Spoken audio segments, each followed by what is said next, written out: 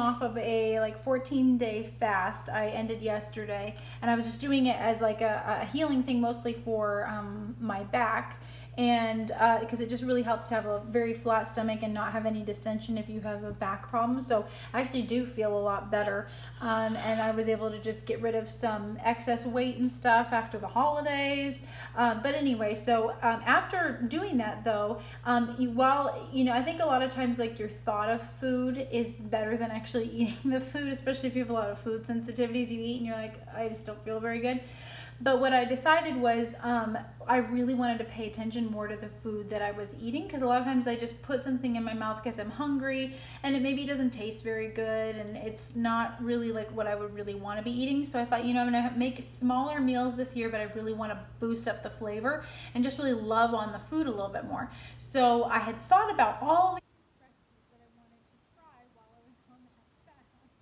And so one of them avocados. And so what I did was so here's the finished product, but I did, and I chopped everything very, very small. And I think that a lot of times we tend to wolf down our food, and we have kind of these big chunks that we don't really chew very well. I've gotten better, but I'm not a super great chewer. If you actually took the time to chew your food, you get it kind of exhausted by the end of your meal, and you're done with eating. But if you're kind of like a wolfer like I am, you can eat quite a bit and then you're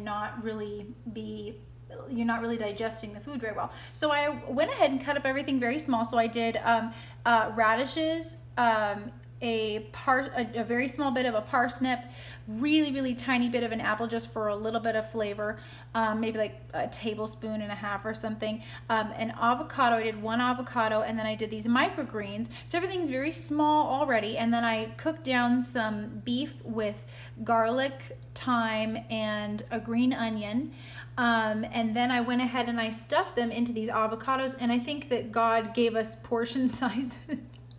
So one avocado filled up is probably all that you need to eat for a meal.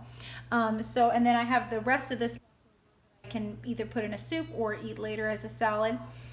So I'm going to go ahead and eat this. But one of the things that I like to do when I'm in the kitchen, especially if you're cooking by yourself and you're eating by yourself, you really need to make it an experience for yourself. So don't do it in silence. I like to put on a movie, or I love What's My Line when I'm cooking. It just puts me in a really good headspace. Today I was watching the Peanuts.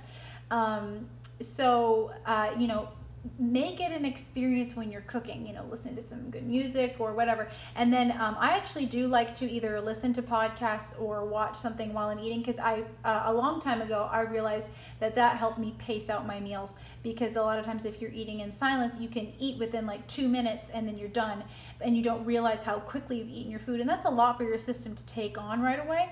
So I like to watch something, because I can be like, oh, okay, I want to try to, stretch out my meal to like 10, 15 minutes of this movie or this podcast or whatever.